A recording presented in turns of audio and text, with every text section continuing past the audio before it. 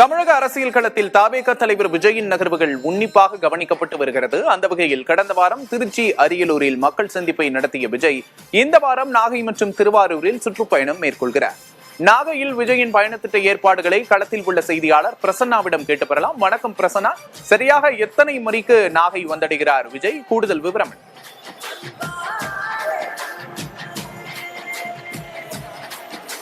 விக்னேஷ், அதாவது தாவேகா தலைவர் விஜய் அவர்கள் இன்னும் சற்று நேரத்தில் நாகை மாவட்டத்தில் தனது பிரச்சாரத்தை மேற்கொள்ள இருக்கிறார். அதை தொடர்ந்து அதனுடைய அருகே இருக்கக்கூடிய மாவட்டம் திருவாரூர் மாவட்டத்திலும் தனது பிரச்சாரத்தை மேற்கொள்ள இருக்கிறார்.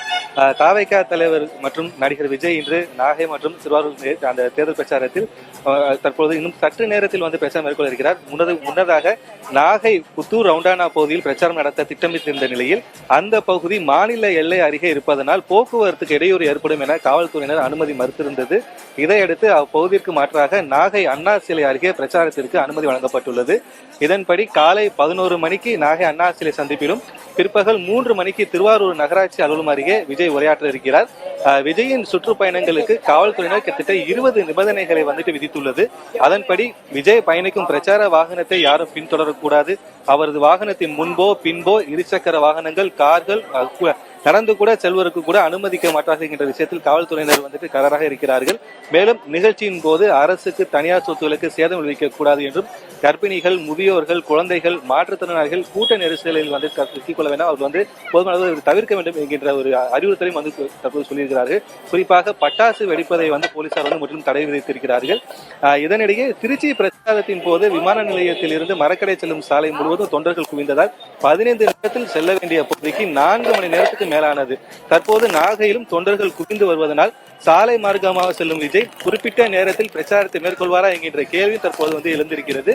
நாகை மாவட்டத்தில் சாலைகள் மட்டுமல்லாமல் கடற்கரைகளும் படகுகள் மூலம் விஜய்க்கு வரவேற்பு அளிப்பதற்காக தாவேகா தொண்டர்கள் தற்போது தயாராகி உள்ளனர். இந்த நிலையில் கட்சி தலைமை வெளியிட்டுள்ள அறிவிப்பில் விஜய் மக்கள் சந்திப்பு நிகழ்ச்சிக்கு வரும்போதோ முடித்துவிட்டு செல்லும் போதோ அவரது வாகனத்தை யாரும் பின்தொடர வேண்டாம், காவல்துறை விதிகளுக்கு உட்பட்டு ஒழுங்காக நடந்து கொள்ள வேண்டும் என்கின்ற தொண்டர்களுக்கும் தற்போது அறிவுறுத்தப்பட்டுள்ளது. இதன் மூலம் திருச்சியில் ஏற்பட்ட கூட்ட நெரிசலை தொடர்ந்து விஜய் அடுத்த பிரச்சாரங்களுக்கு போலீசார் மிக கடுமையான கட்டுப்பாடுகளை விதித்து வருவது முக்கிய விஷயமா பார்க்கப்படுகிறது.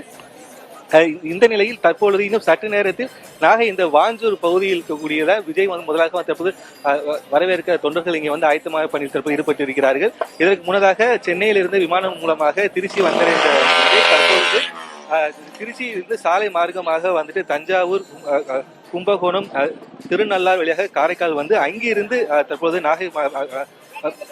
நாகப்பட்டினம் மாவட்டத்திற்கு சாலை மார்க்கம் அவர் வர இருக்கிறார். பட்டினம் என்கின்ற இடத்தில் விஜயுடைய பிரச்சார வாகனம் தற்போது தயாராக இருக்கிறது. அதில் அவர் தற்போது அங்கு இன்னும் சற்று நேரத்தில் இந்த நாகை மாவட்டத்தினுடைய அந்த முகப்பு பகுதியான இந்த வாஞ்சூர், இந்த ரவுண்டானா அருகே அவர் நாகை மாவட்டத்தில் வர இருக்கிறார். இங்கே திரளான ரசிகர்களும் தொண்டர்களும் தற்போது இங்கே ஒன்று கூடியிருக்கிறார்கள். அதன் காட்சியில் ஒளிப்பட லட்சுமணன் காட்சிப்படுத்திக் கொண்டிருக்கிறார். இதில் இருந்து அவர் நாகை உள்ள அந்த அண்ணா சிலைக்கு சென்று அங்கே சரியாக 11 மணிக்கு மேல் அரை மணி நேரம் மட்டுமே தான் பிரச்சாரம் செய்ய வேண்டும் என்கிற விஷயத்தில் தற்போது காவல்துறையினர் கூறியிருக்கிறார்கள்.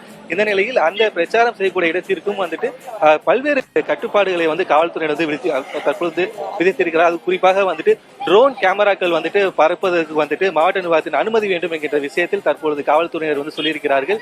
இதனால் மாவட்ட நிர்வாகத்தின் அனுமதியை பெறுவதற்கு தற்போது இந்த நாகை மாவட்டத்துடைய பொறுப்பாளர் தற்போது முயற்சி மேற்கொண்டு வருகிறார்கள். அது போக பிரச்சாரம் செய்யக்கூடிய இடத்திற்கு மேலே மின் ஒயர்கள் அதிக அளவு செல்வதற்கான அந்த பிரச்சாரம் செய்யக்கூடிய அந்த நேரத்தில் மின்சாரம் ரத்து செய்யப்படும் என்கின்ற விஷயத்திலும் தற்பொழுது ஒரு முன்னெச்சரிக்கை நடவடிக்கைக்காக சொல்லப்பட்டிருப்பதாக இருக்கக்கூடிய அந்த பொறுப்பாளர் கூறியிருக்கிறார்கள்.